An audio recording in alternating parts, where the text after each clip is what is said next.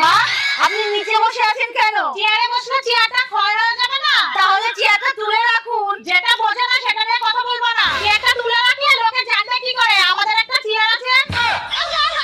মা, আমার জুতোটা না ছিঁড়ে গেছে। ছিঁড়ে গেছে মানে? মাত্র 7 মাস আগে গোবিন্দ মন্দির থেকে এনে দিলাম। পুরনো জুতো আর কয়দিন যাবে? ঠিক আছে দেখছি। আবার ওই পুরনো জুতো? মানেটা কি? পরবো তো সেই পায়ে। নতুন কিনে পয়সা নষ্ট করে লাভ কি?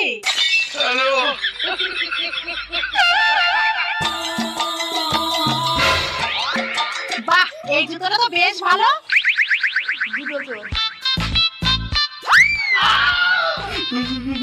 কি করে?